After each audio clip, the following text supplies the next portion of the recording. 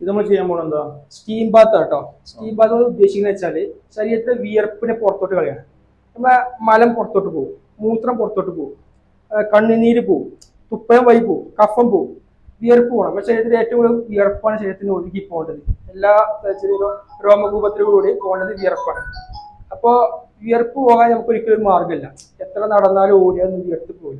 നമ്മൾ പ്രത്യേക കഷായം ആവി വെച്ചിട്ട് ആ കഷായത്തിന്റെ ആവിയാണ് ഇവിടെ കൊടുക്കുന്നത്, സ്റ്റീം കൊടുക്കുന്നത്. എന്നിട്ട് ആളെ വിയർപ്പിക്കാം, നല്ലോണം വിയർത്ത് ഒലിച്ചു പോകും. നമുക്ക് സ്റ്റീമിൽ കയറ്റാം.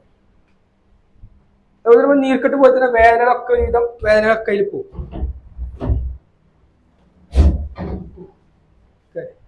തലങ്ങോട്ട് കേട്ടോ.